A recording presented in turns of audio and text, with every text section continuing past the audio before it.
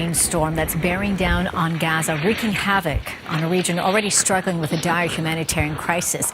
The Palestinian Civil Defense says they've received distress calls from families whose tents have flooded. Hundreds of others are fleeing their shelters in search of dry ground. Humanitarian workers are warning that rain and low temperatures are threatening the lives of newborns and other vulnerable groups and hindering aid delivery.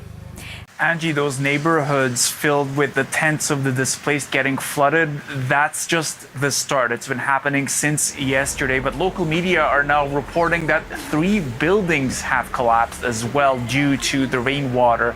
Our UN official tells me that previous storms in this season have already displaced some 18,600 people from their homes.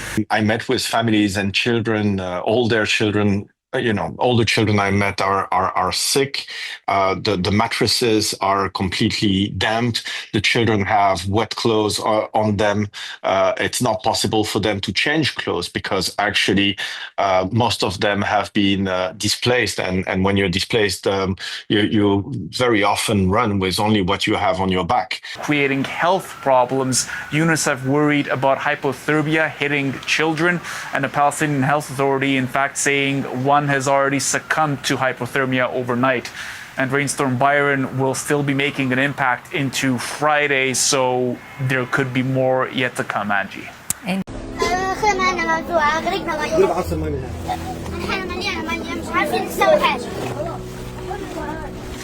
اخواتي كلهم من هنا ميه بس تونا شفناها وحطينا ميه كنت ما تمطرش من الميه هذه فوق. بدك المطر تمطر؟ لا. ليش؟ عشان الميه غرقنا ميها.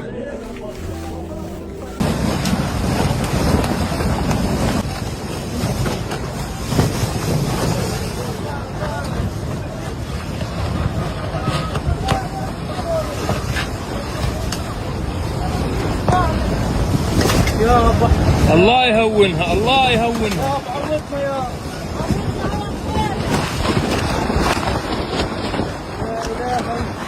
لم